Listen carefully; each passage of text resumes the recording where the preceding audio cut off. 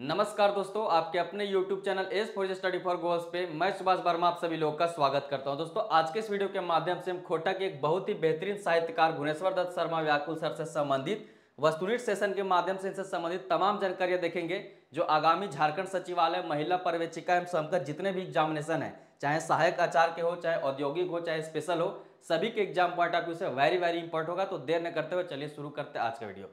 इस वीडियो को शुरू करने से पहले एक जानकारी मैं आपको दे दूं, वह यह है कि रिसेंटली जो नगर पालिका सेवा परीक्षा हुई थी 29 अक्टूबर को, उसमें दो प्रश्न इस प्रकार से पूछा गया था। पहला प्रश्न था कि व्याकुल जी के उपनाम के बतावा, और शिवनाथ परमाणिक जी का उपनाम पूछा गया था आपसे। शिवनाथ परमाणिक जी के माँ का नाम भी पूछा गया था। तो देखिए, आपको ध्यान क्या देना है कि डायरेक्टली लेखकों के नाम से भी संबंधित प्रश्न पूछे जा रहे हैं। तो यहाँ पे आप क्या देख रहे हैं कि भुवनेश्वर दत्त शर्मा व्याकुल, इनका नाम इस प्रकार से लिखा गया है, इस प्रकार से हम याद करने का प्रयास कर रहे हैं कि उपनाम सहित इसका जो नाम है हमें याद हो जाए। तो यहाँ पे आपको क्या ध्यान रखना है कि जो व्याकुल यहाँ पे आप देख रहे हैं भुवनेश्वर दत्त शर्मा सर के नाम में, यह इनका उपनाम है। ठीक है, तो इस बात को आपको ध्यान रखना है। एक प्रश्न आपका यहीं से क्लियर हो गया। अब चलिए फर्स्ट प्रश्न के माध्यम से एक एक करके इनसे संबंधित सारी जानकारियां वस्तुनिष्ठ फॉर्म में देखेंगे और आपको इस सेशन में यह भी पता चल जाएगा कि किस प्रकार के प्रश्न जो एग्जामिनेशन में पूछे जाते हैं या पूछे जाएंगे। तो आज का हमारा पहला प्रश्न क्या है कि भुवनेश्वर दत्त शर्मा के नामे जीवनी कौन किताबें इंजरायल है। अब देखिए, आपको यहाँ पे क्या ध्यान रखना है कि यहाँ पे जो लिखा गया भुवनेश्वर दत्त शर्मा, यहाँ पे आपको यह भी लिखा रहेगा कि व्याकुल जी के नामे जीवनी कौन किताबें इंजरायल है, या फिर भुवनेश्वर दत्त शर्मा के नाम में जो जीवनी है कौन किताबें इंजरायल है। तो आपको क्या पूछा जा रहा है कि किस पुस्तक में जो है आपका जो भुवनेश्वर दत्त शर्मा सर है, इनसे संबंधित जीवनी लिखी गई है। ऑप्शंस क्या है? दो डाहर परास फूल, खोटा गद्य पद संग्रह, दो डाहर जिरुल फूल और सोहन लागेरे। तो यहाँ पे इसका सही उत्तर क्या हो जाएगा? तो यहाँ पे इसका सही उत्तर हो जाएगा ऑप्शन नंबर ए, दो डायर परास फूल। यह जो है 9वीं क्लास की जो है खोटा की पाठ्य पुस्तक है। ठीक है, अब देखते हैं नेक्स्ट हमारा दूसरा प्रश्न। दूसरा प्रश्न आपके समझ क्या है? दूसरा प्रश्न है कि भुवनेश्वर दत्त शर्मा के नाम में जीवनी के लिख ले। अब देखिए, चूंकि आपको बता दिया गया कि दो डायर परास फूल में जो है इनसे संबंधित जीवनी प्रकाशित है। अब आपको पूछा जा रहा है कि उस जीवनी को लिखा किसने है। ऑप्शन क्या है? श्याम सुंदर महतो श्याम, प्रदीप कुमार दीपक, श्याम सुंदर केवट रवि और पारितोष कुमार प्रजापति। तो देखिए, जो चारों हैं, इन चारों ने जीवनियां लिखी हुई है। चारों की जो जीवनियां है दो डायर परास फूल में प्रकाशित है।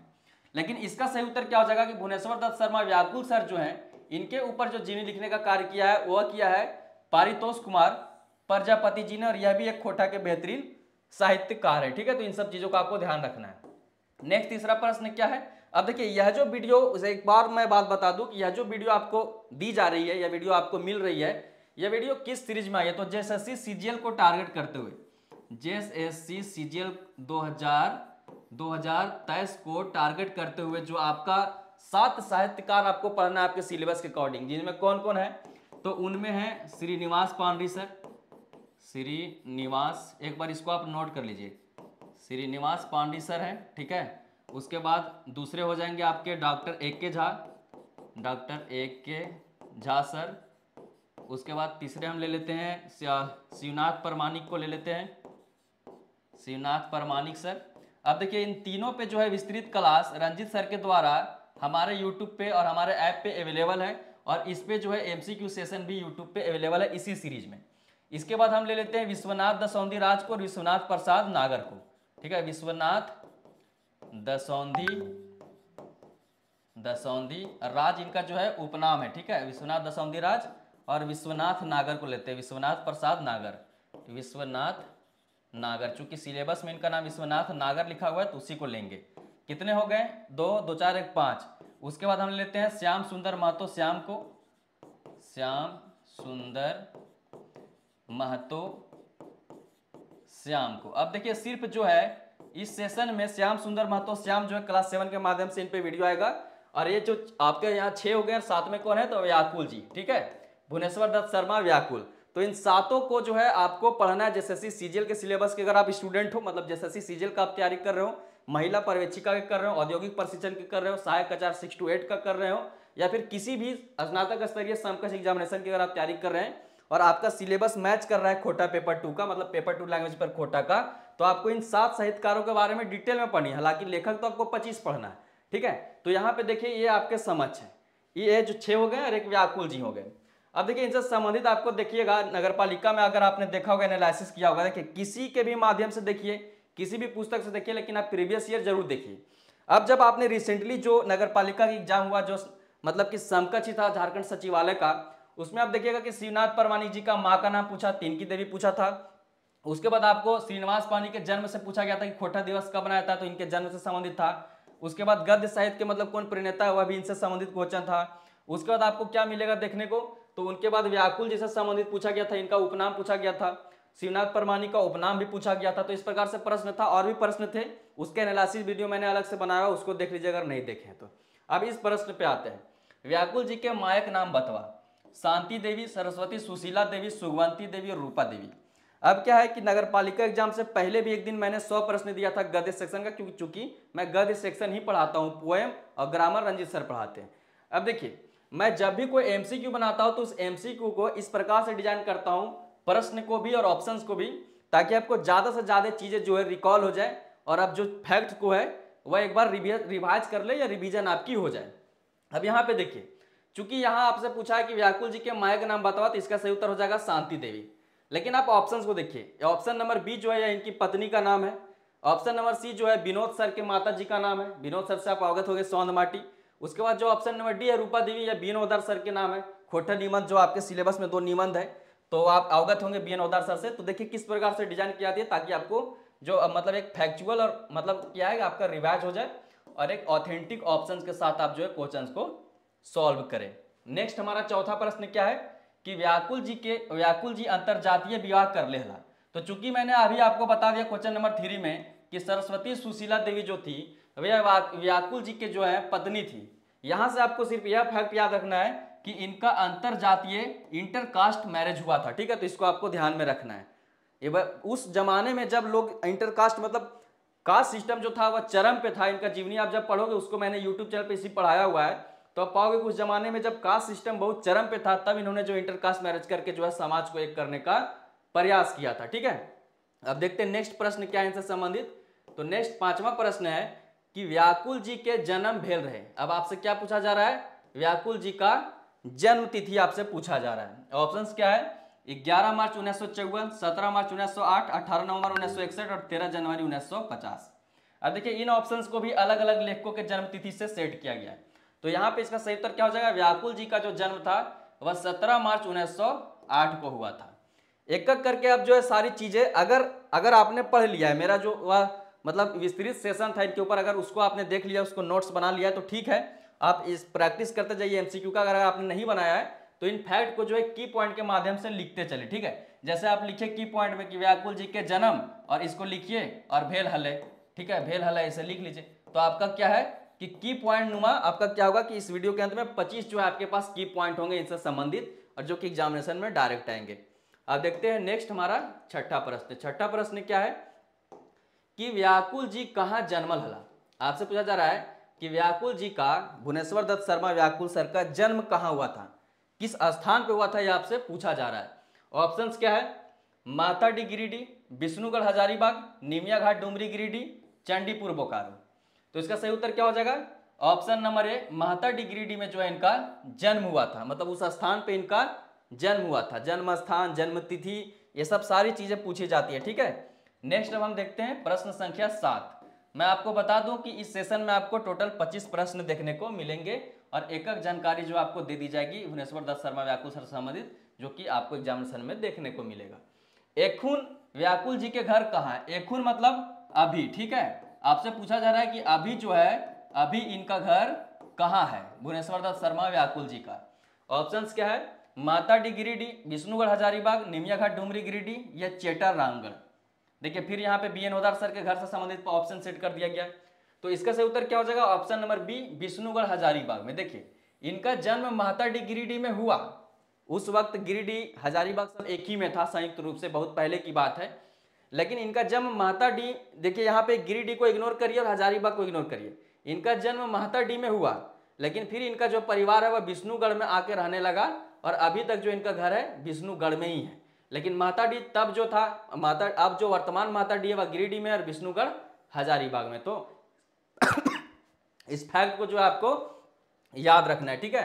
नेक्स्ट अब हम देखते हैं 8 नंबर का प्रश्न। 8वां प्रश्न क्या है कि व्याकुल जी जखन 6 महीना खला तखनी उनकर बाप खाली स्थान सिराय गेला। आपसे पूछा जा रहा है कि व्याकुल जी जब 6 महीने के थे तब उनके पिताजी की मृत्यु हो गई, और आपसे पूछा जा रहा है कि उनका जो पिताजी का मृत्यु हुआ उनका नाम क्या था, आपसे पूछा जा रहा है। ठीक है, अब यहाँ पे ऑप्शंस क्या है, पंडित अयोध्या प्रसाद उपाध्याय, पंडित बलदेव प्रसाद उपाध्याय, पंडित धीरेन्द्र कृष्ण शास्त्री या श्री कृष्ण सिंह। तो इसका सही उत्तर क्या हो जाएगा, ऑप्शन नंबर बी, पंडित बलदेव प्रसाद उपाध्याय जो इनके पिताजी का नाम था। ठीक है, तो इसको आपको ध्यान में रख के चलना है। नेक्स्ट हमारा 8वां प्रश्न हो चुका है। 9वां प्रश्न क्या है कि व्याकुल जी के आजा के नाम बतवा।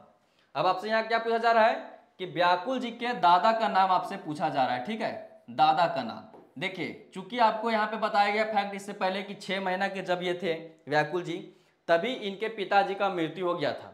तो उसके बाद इनका पालन पोषण अन्य कोई मेंबर किया होगा फैमिली का, तो इनका जो पालन पोषण किया गया था वह इनके दादाजी यानी कि आजा के द्वारा किया गया था, और उनका नाम आपसे पूछा जा रहा है। ऑप्शन है पंडित बलदेव प्रसाद उपाध्याय, श्री कृष्ण सिंह, पंडित अयोध्या प्रसाद उपाध्याय या बाबू राम नारायण सिंह। तो इसका सही उत्तर क्या हो जाएगा, तो इसका सही उत्तर हो जाएगा दोस्तों पंडित अयोध्या प्रसाद उपाध्याय जो है इनके आजा का नाम था। तो इसको आपको ध्यान में रख के चलना है। ठीक है, नेक्स्ट अब हमारा 10वां प्रश्न है दोस्तों। 10वां प्रश्न आपके समझ है कि व्याकुल जी के घरे मन नहीं लागल है। व्याकुल जी के घरे मन नहीं लागल से ले, यहाँ पे ले छूट गया, से ले ऊ खाली स्थान उमरही घर से भाई के काशी गेल रहत और कुछ दिन बाद जो वापस घुरियो अला। आपसे पूछा जा रहा है कि व्याकुल जी का जो था वह घर में मन नहीं लगता था, इस वजह से वह कितने वर्ष की उम्र में, खाली स्थान कितने वर्ष की उम्र में वह घर से भागकर काशी चले गए थे और वहां से फिर कुछ दिन के बाद वह लौट भी आए। तो ऑप्शंस क्या है, 6 बछरे, 11 बछरे के, 17 बछरे के या 22 बछरे। तो इसका सही उत्तर क्या हो जाएगा कि 11 बछरे की उम्र में, 11 वर्ष की उम्र में जो है वह भाग के कहाँ चले गए थे, काशी चले गए थे, लेकिन कुछ दिन के बाद वह लौट भी गए थे। ठीक है, तो इन सब बातों को आपको ध्यान में रखना है। नेक्स्ट अब हम देखते हैं 11वां प्रश्न। 11वां प्रश्न क्या है, खाली स्थान ईस्वी में व्याकुल जी गांधी जी के संगते अयला और आजादी के उलगुलाने लग गेला। आपसे पूछा जा रहा है कि गांधी जी से जो मुलाकात थी व्याकुल जी का, वह किस ईस्वी में हुआ था, आपसे पूछा जा रहा है। ऑप्शंस क्या है, 1925, 1930, 1908 या 1984। तो इसका सही उत्तर क्या होगा, ऑप्शन नंबर ए, 1925 में जो है इनका मुलाकात गांधी जी से हो गया था, और उसके बाद जो उनसे प्रभावित होकर इन्होंने जो है काफी कार्य भी किया। किन किन क्षेत्रों में काम किया आपको बताया गया नोट्स में कि किस प्रकार से जो है वह हरिजन उत्थान के लिए काम किए, अंतरजातीय विवाह किए। तो 12वां प्रश्न क्या है कि खोटा साहित्य संस्कृति बाटे व्याकुल जी के श्रीनिवास पानी स्मृति सम्मान से सम्मानित करल गेले। आपसे पूछा जा रहा है, आपको देखिए क्या फैक्ट यहाँ पे दिया जा रहा है कि खोटा साहित्य संस्कृति बाटे, यानी कि खोटा साहित्य संस्कृति के तरफ से व्याकुल जी को, यानी कि भुवनेश्वर दत्त शर्मा व्याकुल जी को श्रीनिवास पानरी स्मृति सम्मान से सम्मानित किया गया, यह फैक्ट है। लेकिन आपसे पूछा क्या जा रहा है कि कब, और ऑप्शन यहाँ पे क्या है, 1908, 1925, 1930 और 1989।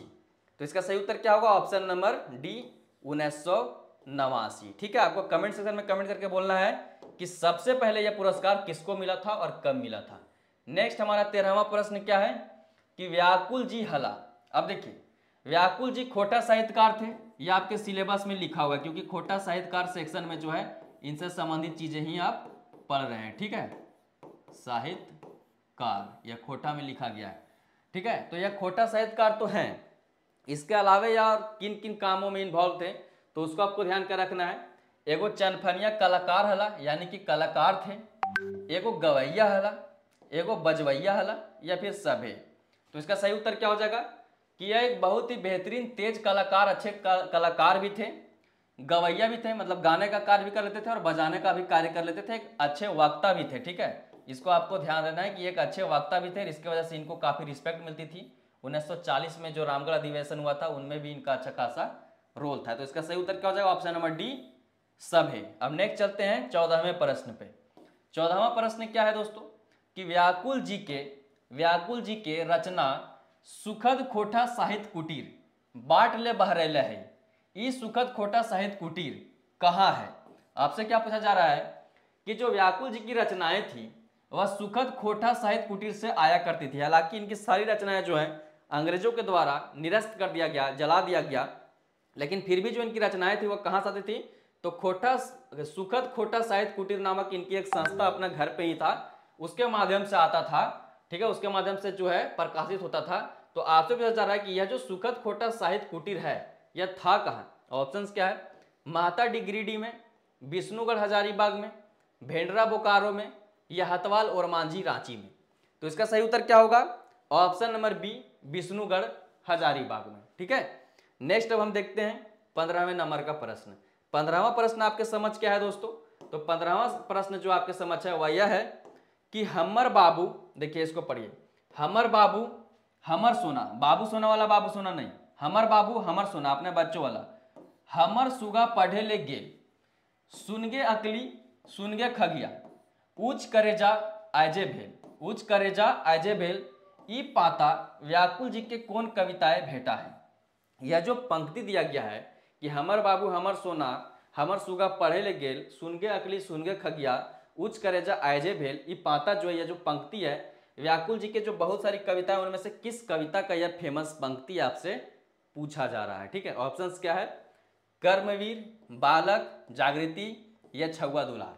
तो इसका सही उत्तर क्या हो जाएगा, ऑप्शन नंबर डी, छुआ दुलार नामक इनकी जो कविता है उनका यह जो है पंक्ति आपके समझ प्रस्तुत है। नेक्स्ट अब 16वां प्रश्न क्या है, 16वां प्रश्न आपके समझ है दोस्तों कि व्याकुल जी के लिखल कविता लागे।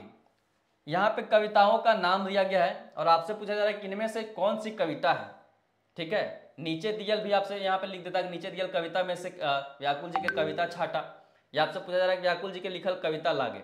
अब ऑप्शन नंबर ए देखिए, प्रताप, वर्तमान, लोकमान्य। ऑप्शन नंबर बी क्या है, विश्वामित्र, हिंदू, पंच। ऑप्शन नंबर सी क्या है, हिंदुस्तान, जनता। ऑप्शन नंबर डी क्या है, सभे।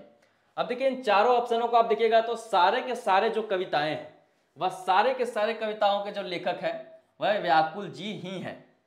तो इसका सही उत्तर क्या हो जाएगा, ऑप्शन नंबर डी, सभे जो है इसका करेक्ट आंसर हो जाएगा। नेक्स्ट अब हम देखते हैं 17वां प्रश्न। 17वां प्रश्न क्या आपके समझ दोस्तों कि व्याकुल जी कौन कौन भाखाए कविता लिखला। अब आपसे पूछा क्या जा रहा है कि चूंकि आपको बताया गया कि व्याकुल जी एक चनफनिया कलाकार थे, एक खोटा के बहुत अच्छे साहित्यकार थे, इनका कला गवैया का था, बहुत सारे कलाओं में यह निपुण थे, अच्छे वक्ता थे। तो आपसे पूछा जा रहा है कि व्याकुल जी कौन कौन भाखाए में जो है, यानी कि भाखाए मीन्स भाषा में, ठीक है, भाषा में जो है यह लेखकी करने का काम करते थे। और यहाँ पे आपको पूछा जा रहा है कि यह जो लेखकी है वह कविता, यानी कि कविता इन्होंने किस किस भाषा में लिखने का कार्य किया आपसे पूछा जा रहा है। ऑप्शन है खोटा भाषा में, हिंदी भाषा में, उर्दू भाषा में, या सब है। तो इनका जो कृति था कविता वह खोटा में भी आया, हिंदी में भी आया और उर्दू में भी आया। तो इसका सही उत्तर क्या हो जाएगा, ऑप्शन नंबर डी, सब है। नेक्स्ट देखते हैं अब हम 18वां प्रश्न। 18वां प्रश्न क्या है दोस्तों कि व्याकुल जी के 1930 ईस्वी हजारीबाग जिले हिंदी के कौन नाम जैज का साहित्यकार संगे देखा भेले। आपसे पूछा जा रहा है कि 1930 ईस्वी में जब यह जेल गए थे व्याकुल जी, तो यह कौन जेल गए थे, हजारीबाग जेल। अब हजारीबाग जेल में इनसे पहले भी कई जो स्वतंत्रता सेनानी थे वह वहां पे थे। तो आपको पूछा क्या जा रहा है कि उस जेल में 1930 में हजारीबाग जेल में कौन नाम जैज का जो हिंदी के साहित्यकार थे नामी ग्रामी, उनसे इनका मुलाकात हुआ था। ऑप्शंस क्या है, माखनलाल चतुर्वेदी, राम वृक्ष बेनीपुरी, मुंशी प्रेमचंद्र, भारतेंदु हरिश्चंद्र। तो इसका सही उत्तर क्या हो जाएगा, ऑप्शन नंबर बी, राम वृक्ष बेनीपुरी। चूंकि उस वक्त बिहार और झारखंड का विभाजन नहीं हुआ था तो इन बिहारी लेखकों को भी जो हजारीबाग जेल में ही रखा जा रहा होगा। नेक्स्ट अब देखते हैं 19वां प्रश्न।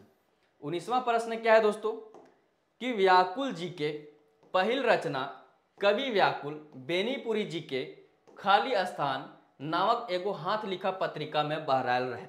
अब इसको ऑप्शन को पढ़ें उससे पहले इस प्रश्न को ध्यानपूर्वक पढ़ते हैं, कितना फैक्ट है। व्याकुल जी का पहला रचना क्या है, कवि व्याकुल। अब क्या है, यह जो रचना है वह बेनीपुरी जी का खाली स्थान नामक हाथ लिखा, एगो हाथ लिखा यानी कि हैंड रिटेन हस्तलिखित पत्रिका में बहराया था। तो आपको पूछा जा रहा है वह पत्रिका का नाम क्या था? किसान मित्र, नई धारा, युवक या कैदी? तो इसका सही उत्तर क्या हो जाएगा? ऑप्शन नंबर डी, कैदी नामक जो पत्रिका थी बेनीपुरी जी का, वह एक हैंड रिटेन हस्तलिखित पत्रिका थी और इसी पत्रिका में व्याकुल जी का पहला रचना कवि व्याकुल के नाम से प्रकाशित हुआ था। ठीक है, इस फैक्ट को, इस जो क्वेश्चन को वेरी वेरी इंपॉर्टेंट में करके आप याद कर लीजिए। ठीक है, नेक्स्ट अब हम देखते हैं 20वां नंबर का प्रश्न। 20वां प्रश्न क्या है कि व्याकुल जी उपनाम से, व्याकुल उपनाम से, देखिए स्टेटमेंट यहाँ पे दिया जा रहा है कि व्याकुल उपनाम से उर्दू भाषा, देखिए अभी आपको बताया गया कि हिंदी में या फिर खोटा में, उर्दू में इनकी जो है कविताएं आती थी। तो व्याकुल उपनाम से उर्दू भाषा में लिखी गई भुवनेश्वर दत्त जी की राष्ट्रीय कविताएं सुनकर मुझे बहुत प्रसन्नता हुई। ये कवि हैं और राष्ट्रीयता इनमें कूट कूट कर भरी है। व्याकुल जी के बाटे ई कथन के लिखल हला। अब देखिए किसी कवि ने, लेखक ने, साहित्यकार ने भुवनेश्वर दत्त शर्मा व्याकुल सर का जो है कृति पढ़ा और पढ़ने के बाद वह क्या आपके साथ साझा कर रहे हैं, क्या उन्होंने लिखने का कार्य किया कि व्याकुल उपनाम से उर्दू भाषा में लिखी गई जो भुवनेश्वर दत्त जी का राष्ट्रीय कविताएं हैं सुनकर मुझे बहुत प्रसन्नता हुई, खुशी हुई और मैं कहता हूं कि यह जो है एक राष्ट्रीय कवि है और राष्ट्रीयता जो इनमें कूट कूट कर भरी हुई है। ठीक है, तो यहाँ पे इन चारों ऑप्शन में आपको एक ऑप्शन सेलेक्ट करना है कि किसने ऐसा कहा। ऑप्शन है माखनलाल चतुर्वेदी, राम विनीश वेणुपुरी, सूर्यकांत त्रिपाठी निराला या महादेवी वर्मा मैम ने। तो इसका सही उत्तर क्या हो जाएगा? इसका सही उत्तर हो जाएगा दोस्तों option number A, Makhanlal Chaturvedi ने यह बात जो है व्याकुल जी के बारे में कहा था। तो आपको यह दो नाम, माखनलाल चतुर्वेदी का यह स्टेटमेंट और रामवृक्ष वेणुपुरी के द्वारा जो कैदी पत्रिका में इनका जो कवि व्याकुल नामक पहली कृति आई थी, ये दो फैक्ट को एकदम वेरी वेरी इंपॉर्टेंट करके रट लेना है। ठीक है, अब नेक्स्ट देखते हैं 21वां प्रश्न। 21वां प्रश्न आपके समझ क्या है? तो 21वां प्रश्न है दोस्तों कि व्याकुल जी के राष्ट्रीय कवि कह के डाकल थी। तो यहाँ पे आपसे क्या पूछा जा रहा है कि व्याकुल जी को, भुवनेश्वर दत्त शर्मा व्याकुल जी को, भुवनेश्वर दत्त शर्मा व्याकुल सर को राष्ट्रीय कवि के उपाधि या फिर राष्ट्रीय कवि कह के किसने पुकारा? ठीक है, डाकल थी मतलब कहने का कार्य किया। माखनलाल चतुर्वेदी ने, रामवृक्ष वेणुपुरी ने, बाबू राम नारायण सिंह ने या राजेंद्र प्रसाद ने? अब देखिए यहाँ पे माखनलाल चतुर्वेदी ने तो इनकी जो है उर्दू की जो कविताएं थी राष्ट्रीयता वाली, उसको तारीफ किया कि इनमें राष्ट्रीयता कूट कूट कर भरी हुई है। बेनीपुरी जी का जो कैदी नामक पत्रिका था उसमें इनका कवि व्याकुल नामक का पहला कृति आया था। लेकिन यह जो बाबू राम नारायण सिंह है, यह कौन है? तो यह जो है हजारीबाग के कौन है? प्रथम संसद। ठीक है, प्रथम संसद। और इनको जो है राजेंद्र प्रसाद के द्वारा छोटा नागपुर केसरी भी कहा गया है। छोटा नागपुर केसरी 1940 में कहा गया था। ठीक है, कांग्रेस का कौन सा अधिवेशन था? आप कमेंट सेक्शन में कमेंट करके बताइए। तो यह जो हजारीबाग के प्रथम सांसद है बाबू राम नारायण सिंह, यह परतापुर चतरा से संबंधित हैं। ठीक है, तो यह इन्होंने जो है यह मित्र हुआ करते थे किनके? व्याकुल जी के। चूंकि व्याकुल जी थे एक अच्छे वक्ता थे, तो इनसे अच्छी मित्रता थी किनकी? बाबू राम नारायण सिंह को। और इसीलिए जो है इनकी जो कृतियों से भी यह प्रभावित थे और इनको जो है राष्ट्रीय कवि कह के संबोधित करने का कार्य किए, क्योंकि इनकी जो कविताएं थी उनमें राष्ट्रीयता बहुत झलकती थी। उनमें जो है शोषण का दर्द या फिर गुलामी का दर्द, विरह, ये सब सारी चीजें देखने को मिलती थी। हालांकि इनकी कविताओं में प्रेम दुलार वगैरह भी देखने को मिलता था, लेकिन जो है आज़ादी की लड़ाई में भी जो मतलब संघर्ष को मोटिवेट करे युवाओं को, वैसी कविताएं भी होती थी और वैसी लाइन आपको इसी मतलब सेशन में देखने को मिलेगा। और यही एक कारण भी था कि अंग्रेजों ने इनकी कृतियों को जला दिया था। व्याकुल जी के पहली किताब कला में व्याकुल खाली स्थान ईस्वी विष्णुगढ़ हजारीबाग बाटले प्रकाशित भेल रहे। अब आपको क्या बोला जा रहा है, पूछा जा रहा है कि व्याकुल जी का जो पहला किताब था उसका नाम था कला में व्याकुल, वह किस ईस्वी में विष्णुगढ़ हजारीबाग बाटले प्रकाशित भेल?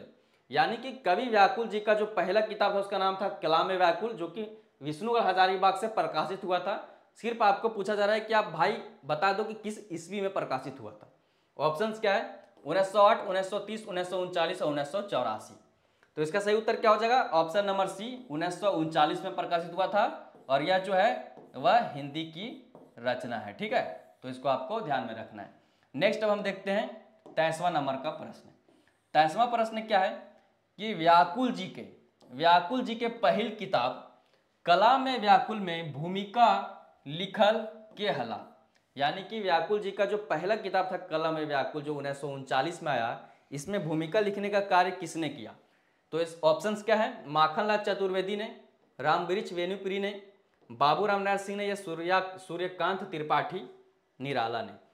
तो इसका सही उत्तर क्या हो जाएगा? ऑप्शन नंबर सी, बाबू रामनारायण सिंह ने ही जो है इसमें भूमिका लिखने का कार्य किया था। नेक्स्ट अब हम देखते हैं 24वां प्रश्न। 24वां प्रश्न क्या है दोस्तों कि नौजवान, अभी अभी मैंने बोल रहा था कि इनकी जो कविताएं होती थी वह उसमें देशभक्ति बहुत कूट कूट के भरा होता था, और एक अपने अंदर का जो भड़ास होता था या मतलब गुलामी का जो दर्द होता था वह देखने को मिलता था इनकी कविताओं में।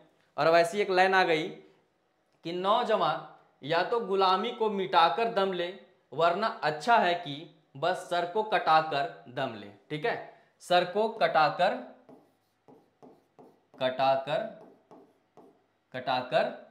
दम ले। ठीक है, ई किनकर लिखल लाइन है, यह जो पंक्ति है, ठीक है, आपसे पूछा जा रहा है यह जो पंक्ति है यह किसके द्वारा लिखा गया है? ऑप्शन नंबर है भुवनेश्वर दत्त शर्मा व्याकुल, शिवनाथ परमाणिक, डॉक्टर ए.के. झा, विश्वनाथ दसौंधी राज। नौजवान या तो गुलामी को मिटाकर दम ले, वरना अच्छा है कि बस सर को कटाकर दम ले, यह किनके द्वारा लिखा गया? तो भुवनेश्वर दत्त शर्मा व्याकुल सर के द्वारा यह जो है लाइन प्रेषित है आप सबों तक।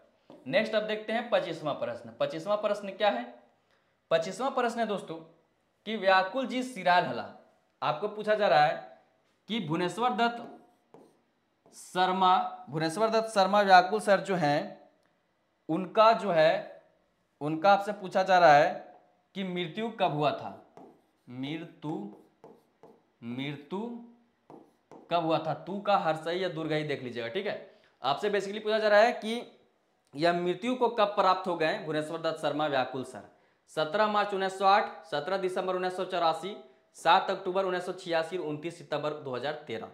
तो चूंकि भुवनेश्वर दत्त शर्मा व्याकुल सर पे जो क्लास आई है नोट्स वाली, जिसमें मैंने लाइन बाय लाइन पूरा किताब में इनके ऊपर जो पारितोष कुमार प्रजापति सर ने जीवनी लिखा है उसको आपके साथ साझा किया था, और जो अन्य फैक्ट उसमें इंक्लूडेड नहीं था वह भी मैंने अलग से आपको दिया था। और वह वीडियो चूंकि यूट्यूब में फ्री में अवेलेबल है, तो मैं आशा करता हूं कि आपने उस वीडियो को देखा होगा। अगर नहीं देखे होंगे तो देख लीजिए। अगर आप उस वीडियो को देखिएगा तो आज का जो यह क्वेश्चन ऑफ द डे है, ठीक है, आज का जो यह प्रश्न है इसका उत्तर आप कमेंट सेक्शन में कमेंट करके दे पाओगे। ठीक है, तो आज का यह हो गया क्वेश्चन ऑफ द डे, और इस प्रश्न का उत्तर जो है आपको कमेंट सेक्शन में कमेंट करके देना है। ठीक है, और आपके समझ यह प्रश्न क्या है? तो आपके समझ यह प्रश्न है कि व्याकुल जी की मृत्यु कब हुआ था? सिराल मिस होता है, मृत्यु को प्राप्त हो जाना। ये 4 ऑप्शन आपके समझ है, और इन 4 ऑप्शनों में एक सही ऑप्शन जो है आपको कमेंट सेक्शन में कमेंट करके देनी है। उसके बाद दोस्तों मैं आपको बता दूं कि जिस प्रकार से मैंने आपको शुरू में बताया था, देखिए यहाँ पे आंसर की दे दिया गया है। जब यह PDF आपको दिया जाएगा हमारे टेलीग्राम या व्हाट्सएप ग्रुप में, तो आपको यह आंसर की पे मिल जाएगा, ताकि आप खुद से एक बार फिर से प्रैक्टिस कर पाओ। ठीक है, अब मैं आपको दोस्तों बता दूं कि जिस प्रकार से मैंने आपको शुरू बताया कि खोटा के 7 साहित्यकार पढ़ने इस सेक्शन में, तो क्या है कि इसमें आपका जो है इसके बाद श्याम सुंदर महतो श्याम सर पे जब वीडियो आएगा तो यह सेशन खत्म हो जाएगा। लगभग 7 पे पढ़ा दी गई है, और यह वीडियो यूट्यूब पे तो मिल ही जाएगी आपको। लेकिन अगर आप इसको सीक्वेंस में पढ़ना चाहते हैं कि भाई 7 लेखों से संबंधित नोट्स वाली वीडियो, MCQ वाली वीडियो, और जो नोट्स लिखी गई है वह हैंड रिटन नोट्स एक ही जगह आप प्राप्त करना चाहते हैं, या फिर सेक्शनल टेस्ट भी देना चाहते हैं, तो यह जो 4 चीजें हैं ऐप पे एक ही जगह मिलती है। और वह कहाँ मिलती है? तो आपको यहाँ पे इस कोर्स में मिलती है। जैसे सीजन 2013-2023 नगर पालिका सेवा विशिष्ट योग्यता औद्योगिक प्रशिक्षण या महिला पर्यवेक्षिका पेपर 2 खोटा के लिए इस कोर्स में कंप्लीट वीडियो लेक्चर है, मतलब पूरा सिलेबस का वीडियो लेक्चर दिया जाएगा। उन्हीं वीडियोज का हैंड रिटन नोट्स दिया जाएगा जो विद इन ऐप होगा। विद इन ऐप का अर्थ है कि आप उसको सिर्फ ऐप में ही पढ़ सकते हैं। उसके बाद टॉपिक वाइज सेक्शनल टेस्ट, मतलब जिस टॉपिक पे वीडियो आएगी उसी टॉपिक पे जो है सेक्शनल टेस्ट भी वहीं पे मिलेगा। उसके बाद प्रीवियस ईयर क्वेश्चन जो आज तक जितने भी एग्जामिनेशन हुए हैं जैसे इसके समकक्ष, उन सारे प्रीवियस ईयर को पेपर को जो वहाँ पे टेस्ट के माध्यम से दे दिया जाएगा और 15 फुल लेंथ टेस्ट भी दिया जाएगा जो कि पूरा कंप्लीट है। कोई दिक्कत हो तो इस नंबर पे आप संपर्क कर सकते हैं। अब इसमें क्या है दोस्तों कि यह कोर्स सिर्फ इसलिए है ताकि आप डिस्ट्रैक्शन से बच सकें, क्योंकि हम क्या है अपने टेलीग्राम, हमारा जो टेलीग्राम है आप सभी अभी तक जुड़ चुके होंगे S4G_खोरठा, ठीक है। यह जो टेलीग्राम चैनल है हमारा, इसके माध्यम से जो है काफ़ी चीज़ें साझा की जाती है, वीडियो या PDF। लेकिन यह कोर्स क्यों है? इस कोर्स का वैल्यू सिर्फ इतना है कि आपको पूरा सिलेबस का जो चीज़ है वह सिलेबस अनुसार सजा के एक ही जगह दे दिया जाता है। किस प्रकार से? तो मान लीजिए कि आपका अगर गद्य सेक्शन है, अब गद्य सेक्शन में आपको 10 लोक कथाएं पढ़नी है। तो जैसे पहला लोक कथा आप 7 भाई एक बहन पढ़ रहे हैं, तो क्या होगा कि एक टॉपिक आपको दिखेगा वहां पे सिलेबस अनुसार 7 भाई एक बहन। अब क्या यहाँ पे आपको वीडियो दिखा, जस्ट नीचे उसका आपको PDF दिखेगा, उसके जस्ट नीचे आपको उसका सेक्शनल टेस्ट दिखेगा। यानी कि देखिए, और ये सारी चीजें एक जगह, और इसी तरह पूरा टॉपिक मिलेगा। तो यानी कि जब आप क्या होता है कि एक बार इसमें इनरोल होते हो तो एक ही बार में आपका पूरा सिलेबस कंप्लीट करने का जो तैयारी हो जाता है विदाउट डिस्ट्रैक्ट हुए। तो बस इस कोर्स का वही जो है सबसे बड़ा रीजन है कि आप इसमें इनरोल हो, ताकि जो है किसी भी टॉपिक को अगर आप पढ़ रहे हैं तो उसको फिर जीवन में दोबारा पढ़ने की जरूरत नहीं हो। उसी प्रकार से कोर्स यह भी है कि चूंकि आपने कहीं और से या हमारे कोर्स का अगर पुराने स्टूडेंट है तो पढ़ लिया है पूरा सिलेबस लगभग, तो आप इस कोर्स के साथ जा सकते हैं। इसमें अभी तक जहां तक मुझे लगता है कि 26+ प्रैक्टिस सेट अपडेट हो चुके हैं, 50+ आपको प्रैक्टिस सेट इसमें दिया जाएगा। जैसे CGL का सिलेबस को टारगेट करते हुए यह 199 में मिल जाएगा और आपको यह 499 में हमारे ऐप पे मिल जाएगा, ठीक है। बाद बाकी आप यूट्यूब से भी तैयारी कर सकते हैं, लेकिन बेहतरीन तैयारी के लिए आप ऐप में जुड़े। उसी प्रकार से 10+2 LDC हो या फिर सहायक आचार हो 1 to 5, इन दोनों का सिलेबस मैच करता है, इसका भी कोर्स अवेलेबल है। उत्पाद सिपाही भी बहुत पहले पढ़ा के कंप्लीट कर दिया गया है, उसका भी कोर्स अवेलेबल है। उसी प्रकार से आपको क्या दिखाया जा रहा है, उसी प्रकार से अगर आप झारखंड GK का स्टूडेंट है तो यह बहुत ही बेहतरीन कोर्स है जिसमें आपको 100 प्रैक्टिस सेट दिया जा रहा है झारखंड GK के 40-40 प्रश्नों के साथ, जिसमें हमको लगता है कि 85 प्रैक्टिस सेट अवेलेबल हो चुका है। उसी प्रकार से यह महिला पर्यवेक्षिका हो या झारखंड सचिवालय हो, इसको टारगेट करते हुए सफलता का बंडल कोर्स बनाया गया है, जिसमें क्या होता है कि पेपर 1 जिसमें हिंदी इंग्लिश होता है उसका 15 फुल लेंथ मॉक टेस्ट मिलेगा। पेपर 2 में आपका खोटा, नागपुरी, इंग्लिश तीनों इंक्लूड करके 25 मॉक टेस्ट, यानी कि 25 इसका, 25 इसका, 25 इसका, और पेपर 3 में 25 फुल लेंथ मॉक टेस्ट जो पेपर 3 का जो आपका जो है साइंस, मैथ, कंप्यूटर और GK, झारखंड GK, रीजनिंग, ये सब है, इसको मिला के आपको बनाया जाएगा।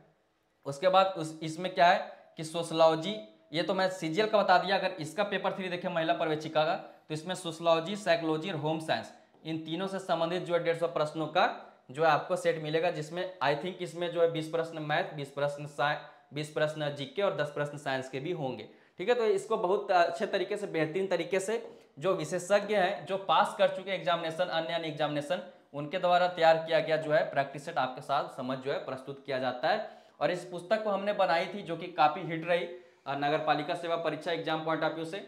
इस पुस्तक से अगर अभी तक आपने नहीं जुड़ा है, मात्र यह जो है 100 रुपये के आसपास यह पुस्तक आपको मिल जाएगा किताब दुकानों में। इसे परचेज करके इसके साथ जाएं, और इस पुस्तक की अगर ऑफलाइन आप तैयारी करना चाहते हो, ऑफलाइन अगर प्रैक्टिस करना चाहते हैं, तो यह पुस्तक आपके लिए काफ़ी हेल्पफुल साबित होगी। बाद बाकी यह कोर्स के बारे में आई होप कि आप समझ चुके होंगे। बाद बाकी आपको कमेंट सेक्शन में कमेंट करके बताना है कि यह जो सेशन है ये श्याम सुंदर महतो श्याम के बारे में आएगा। इसके बाद उसके बाद ये 7 लेखक कंप्लीट हो जाएंगे। तो यह सेशन आपको कैसा लग रहा है? यह प्रश्न जो है देखिए, इसी प्रकार का प्रश्न पूछा भी गया है और इसी प्रकार का जो प्रश्न आपसे आगे चल के पूछा भी जाएगा, चाहे किसी भी प्रकार के JSSC के एग्जामिनेशन हो। तो आपको कमेंट सेक्शन में कमेंट करके बताना है कि यह पहल जो है आपको कैसा लग रहा है। बाद बाकी JSSC CGL या किसी भी सिलेबस को टारगेट करते हुए JSSC CGL के जो एग्जामिनेशन होते हैं, तो किसी भी टॉपिक पे अगर आपको MCQ सेशन चाहिए तो कमेंट सेक्शन में कमेंट करके बताइएगा। यह वीडियो आपको कैसा लगा वह बताइएगा। वीडियो अगर पसंद आया तो लाइक करिएगा, ताकि ज़्यादा से ज़्यादा लोगों को चैनल रिकमेंड करे यूट्यूब, और चैनल को सब्सक्राइब कर बेल आइकन दबा दीजिएगा, क्योंकि नेक्स्ट वीडियो जो है जल्द ही आएगी। इसी प्रकार से न सिर्फ दोस्तों देखिए सब्सक्राइब करने के लिए मैं इसलिए बोलता हूँ कि जैसे यहाँ पे सिर्फ जो है खोटा कहीं MCQ नहीं आ रहा है। जैसे रिसेंटली मैंने क्या है संथाल जनजाति पे एक वीडियो लिया था, और उसमें जो है मैंने संथाल जनजाति से आज तक जितने भी चीज़ें पूछी गई हैं झारखंड के किसी भी एग्जामिनेशन में, उन सारे एमसीक्यू को फॉर्म में बना के उन सारे प्रीवियस ईयर को आपके साथ जो उनसे संबंधित डिटेल जानकारियां साझा की थी। तो इन सब चीज़ों के लिए भी चैनल आप सब्सक्राइब कर लीजिए। एसएससी या जेपीएससी की स्टूडेंट है और तो आपके लिए यह चैनल काफ़ी फायदेमंद होगा। बाद बाकी वीडियो में आज तक बने रहने के लिए बहुत बहुत धन्यवाद। फिर मिलते हैं किसी अन्य वीडियो के साथ, तब तक के लिए जय हिंद, जोहार झारखंड।